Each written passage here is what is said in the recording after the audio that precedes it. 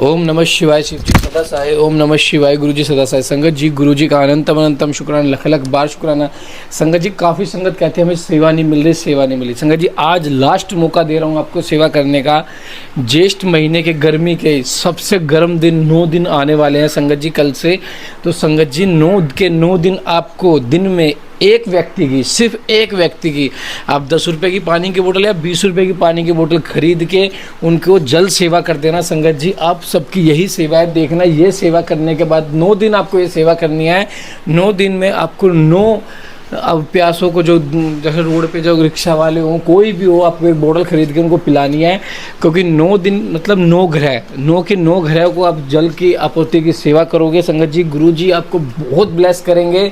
संगत जी 9 के 9 ग्रह आपको खुद ब्लेस करने आ रहे हैं गुरु जी की सेवा से।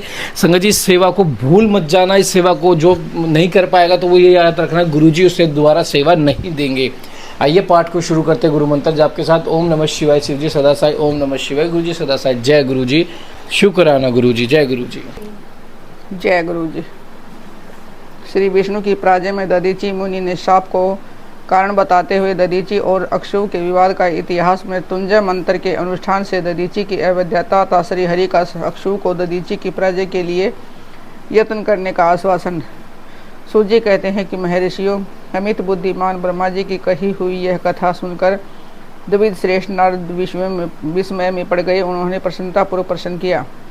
नारद जी ने पूछा कि पिताजी, भगवान विष्णु शिव जी को छोड़कर अन्य देवताओं के साथ दक्ष के यज्ञ में क्यों चले गए, जिनके कारण वहाँ उनका तिरस्कार हुआ?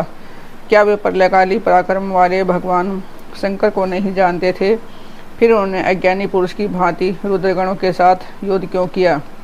करुणानिधे, मेरे मन में यह बहुत बड़ा संदेह है। आप कृपा करके मेरे इस संशय को नष्ट कर दीजिए और प्रभु मन में उत्साह पैदा करने वाले शिवचरित को कहिए। ब्रह्मा जी ने कहा कि नारद, पूर्व काल में राजा अक्षु की सहायता करने वाले श्री हरि को दधीची मुनि ने शाप दे दिया था, जिससे उस समय में वे उस बात को भूल गए थे और वे दूसरे देवताओं को साथ ले दक्ष के यज्ञ में चले गए। दधीची ने क्यों शाप दिया, यह सुनो। प्राचीन काल में अक्षु नाम से प्रसिद्ध एक महान तेजस्वी राजा हो गए हैं। वे महाप्रभावशाली मुनीश्वर दधीची के मित्र थे। दीर्घ काल की तपस्या के प्रसंग से अक्षु और दधीची में विवाद आरंभ हो गया, जो तीनों लोकों में महान अनर्थकारी के रूप में विख्यात हुआ। उस विवाद में वेद के विद्वान शिव भक्त दधीची कहते थे कि शूद्र, वैश्य और क्षत्रिय, इन तीनों वर्णों से ब्राह्मण ही श्रेष्ठ है। इसमें संशय नहीं है। महामुनि दधीची की यह बात सुनकर धन वैभव के मद से मोहित हुए राजा अक्षु ने उनका इस प्रकार विवाद प्रतिवाद किया। अक्षु बोले, राजा इंद्र आदि 60 लोकपालों के स्वरूप को धारण करता है और वह समस्त वर्णों और आश्रमों का पालक एवं प्रभु है, इसलिए राजा ही सबसे श्रेष्ठ है। राजा की श्रेष्ठता का प्रतिपादन करने वाली श्रुति भी कहती है कि राजा सर्वदेवमय है। मुनि, इस श्रुति के कथनानुसार जो सबसे बड़ा देवता है वह मैं ही हूँ। इस विवेचन से ब्राह्मण की अपेक्षा राजा ही श्रेष्ठ सिद्ध होता है। चैवन नंदन, आप इस विषय में विचार करें और मेरा अनादर न करें, क्योंकि मैं सर्वथा आपके लिए पूजनीय हूँ। राजा अक्षु का यह मत श्रुतियों और स्मृति के विरुद्ध था। इसे सुनकर भृगु कुलभूषण मुनि श्रेष्ठ दधीची को बड़ा क्रोध हुआ। मुनि अपने गौरव का विचार करके कुपित हुए महातेजस्वी दधीची ने अक्षु के मस्तक पर बाएं मुक्के से प्रहार किया। उनके मुक्के की मार खाकर ब्रह्मांड के अधिपति कुत्सित बुद्धि वाले अक्षु अत्यंत कुपित हो गर झूठे और उन्होंने वज्र से दधीची को काट डाला। उस वज्र से आहत हो भृगुवंशी दधीची पृथ्वी पर गिर पड़े। भार्गव वंशधर दधीची ने गिरते समय शुक्राचार्य का स्मरण किया। योगी शुक्राचार्य ने आकर दधीची के शरीर को, जिसे अक्षु ने काट डाला था, तुरंत जोड़ दिया। दधीची के अंगों को पूर्ववत जोड़कर शिव भक्त शिरोमणि तथा मृत्युंजय विद्या के प्रवर्तक शुक्राचार्य ने उनसे कहा। शुक्र बोले, तात दधीची, मैं सर्वेश्वर भगवान शिव का पूजन करके तुम्हें श्रुति प्रतिपादित महामृत्युंजय नामक श्रेष्ठ मंत्र का उपदेश देता हूँ। त्र्यंबकम यजामहे, हम भगवान त्र्यंबक का यजन करते हैं। त्र्यंबक का अर्थ है तीन लोकों के पिता प्रभावशाली शिव, वे भगवान सूर्य, सोम एवं प्रभु हैं, इसलिए राजा ही सबसे श्रेष्ठ हैं। राजा की श्रेष्ठता का प्रतिपादन करने वाली श्रुति भी कहती है कि राजा सर्वदेवमय है। मुनि, इस श्रुति के कथनानुसार अग्नि तीनों मंडलों के पिता हैं। सत्व, रज और तम, तीनों गुणों के महेश्वर हैं। आम तत्व, विद्या तत्व और शिव तत्व, इन तीनों तत्वों के आह्वनीय ग्रह पतय और दक्षिणा अग्नि, इन तीनों अग्नियों के सर्वत्र उपलब्ध होने वाली पृथ्वी, जल एवं तेज, इन तीनों मूर्त भूतों के आदि से भेद त्रिविध, त्रिविध दिव के, त्रिभुज के, त्रिधा भूत सबके ब्रह्मा विष्णु और शिव, इन तीनों देवताओं के महान ईश्वर महादेव जी ही हैं। यहाँ तक कि मंत्र के प्रथम चरण की व्याख्या हुई है। मंत्र का द्वितीय चरण है सुगंधिम पुष्टिवर्धन, ऐसे फूलों में उत्तम गंध होती है। उसी प्रकार वे भगवान शिव संपूर्ण भूतों में, तीनों गुणों में और समस्त कृत्यों में, इंद्रियों में, अनान्य देवों में और गणों में सबके प्रशासक सारभूत आत्मा के रूप में व्याप्त हैं। अतएव सुगंधित युक्त एवं संपूर्ण देवताओं के ईश्वर है। यहाँ तक कि सुगंधिम पद की व्याख्या हुई है। अब पुष्टिवर्धनम की व्याख्या करते हैं। उत्तम व्रत का पालन करने वाले द्विज श्रेष्ठ महामुनि नाद इस अंतर्यामी से पुरुष शिव से प्रकृति का पोषण होता है। महातत्व से लेकर विशेष पर्यंत संपूर्ण विकल्पों की पुष्टि होती है तथा मुझ ब्रह्मा का, विष्णु का, मुनियों का और इंद्रियों सहित देवताओं का भी जो पोषण होता है, इसलिए वे ही पुष्टिवर्धन है। अब मंत्र के तीसरे और चौथे चरण की व्याख्या करते हैं। उन दोनों चरणों का स्वरूप यो है। उर्वारुक बंधनों मृत्यु और मुक्षीय मामृतात तथा प्रभो, जैसे खरबूजा पक जाने पर लता बंधन से छूट जाता है, उसी तरह मृत्यु रूप बंधन से मुक्त हो जाऊं। अमृत पद से पृथक न हूँ। वे रुद्रदेव अमृत स्वरूप हैं। जो पुण्य कर्म से, तपस्या से, स्वाध्याय से, रोग से अथवा ध्यान से उनकी आराधना करता है, उसे नूतन जीवन प्राप्त होता है। इस सत्य के प्रभाव से भगवान शिव स्वयं ही अपने भक्त को मृत्यु के सूक्ष्म बंधन से मुक्त कर देते हैं, क्योंकि वे भगवान ही बंधन और मोक्ष देने वाले हैं। ठीक उसी तरह जैसे उर्वारुक अर्थात ककड़ी का पौधा अपने फल को स्वयं ही लता के बंधन में बांध रखता है और पक जाने पर स्वयं ही उसे बंधन से मुक्त कर देता है, यह मृत संजीवनी मंत्र है जो मेरे मत से सर्वोत्तम है। तुम प्रेम पूर्वक नियम से भगवान शिव का स्मरण करते हुए इस मंत्र का जप करो। जप और हवन के पश्चात इसी से अभिमंत्रित किए हुए जल को दिन और रात में पियो तथा शिव विग्रह के समीप बैठकर उन्हीं का ध्यान करते रहो। इसे कहीं भी मृत्यु का भय नहीं रहता। न्यास आदि सब कार्य करके विधिवत भगवान शिव की पूजा करो। यह सब करके शांत भाव से बैठकर भक्त वत्सल शंकर का ध्यान करना चाहिए। मैं भगवान शिव का ध्यान बता रहा हूँ, जिसके अनुसार उनका चिंतन करके मंत्र जप करना चाहिए। इस तरह निरंतर जप करने से बुद्धिमान पुरुष भगवान शिव के प्रभाव से उस मंत्र को सिद्ध कर लेता है। मृत्युंजय का ध्यान, जो अपने और दो कर कमलों में रखे हुए दो कलशों से जल निकालकर उनसे ऊपर वाले दो हाथों द्वारा अपने मस्तक को सींचते हैं। अन्य दो हाथों में दो घड़े लिए हुए उन्हें अपनी गोद में रखे हुए हैं तथा शेष दो हाथों से रुद्राक्ष मृग मुद्रा धारण करते हैं। कमल के आसन पर बैठे हैं। सिर पर स्थित चंद्रमा से निरंतर झरते हुए अमृत से जिनका सारा शरीर भीगा हुआ है तथा जो अन्य तीन नेत्र धारण करने वाले हैं, उन भगवान मृत्युंजय का जिनके साथ है गिरिराज नंदिनी उमा भी विराजमान है, मैं भजन करता हूँ। ब्रह्मा जी कहते हैं कि तात मुनि श्रेष्ठ दधि जी को इस प्रकार उपदेश देकर शुक्राचार्य भगवान शंकर का स्मरण करते हुए अपने स्थान को लौट गए। उनकी यह बात सुनकर महामुनि दधीची बड़े प्रेम से शिव जी का स्मरण करते हुए तपस्या के लिए वन में गए। वहां जाकर उन्होंने विधि पूर्वक महामृत्युंजय मंत्र का जप प्रेम पूर्वक भगवान शिव का चिंतन करते हुए तपस्या आरंभ की। दीर्घ काल तक उसे मंत्र का जप और तपस्या द्वारा भगवान शंकर की आराधना करके दधीची ने महामृत्युंजय शिव को संतुष्ट किया। महामुनि उस जप से प्रसन्नचित हुए। भगवत वत्सल भगवान शिव दधीची के प्रेम वश उनके सामने प्रकट हो गए। अपने प्रभु शंभु का साक्षात दर्शन करके मुनीश्वर दधीची को बड़ी प्रसन्नता हुई। उन्होंने विधि पूर्वक प्रणाम करके दोनों हाथ जोड़ भक्ति भाव से शंकर का सत्वन किया। तात मुनि तदंतर मुनि के प्रेम से प्रसन्न हुए। शिव ने च्यवन कुमार दधीची से कहा कि तुम वर मांगो। भगवान शिव का यह वर सुनकर शिव भक्त शिरोमणि दधीची दोनों हाथ जोड़कर नतमस्तक भक्त वत्सल शंकर से बोले।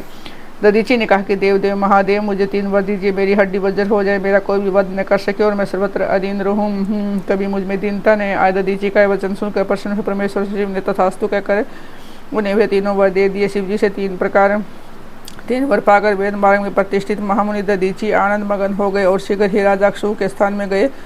महादेव जी से अवधता वज्र में थी और अधीनता पाकर दधीची ने राजेंद्र अक्षु के मस्तक पर लात मारी। फिर तो राजा अक्षु ने विक्रोध करके दधीची पर वज्र से प्रहार किया। वे भगवान विष्णु के गौरव से अधिक गर्व में भरे हुए थे, परंतु अक्षु का चलाया हुआ यह वज्र परमेश्वर शिव के प्रभाव से महात्मा दधीची का नाश न कर सका। इसे ब्रह्म कुमार अक्षु को बड़ा विस्मय। मुनीश्वर दधीची की अवैधता अधीनता तथा वज्र से भी बढ़ चढ़कर प्रभाव देकर ब्रह्म कुमार अक्षु के मन में बड़ा आश्चर्य हुआ। उन्होंने शीघ्र ही वन में जाकर इंद्र के छोटे भाई मुकुंद की आराधना आरंभ कर दी। वे शरणागत पालक नरेश मृत्युंजय सेवक दधीची से पराजित हो गए थे।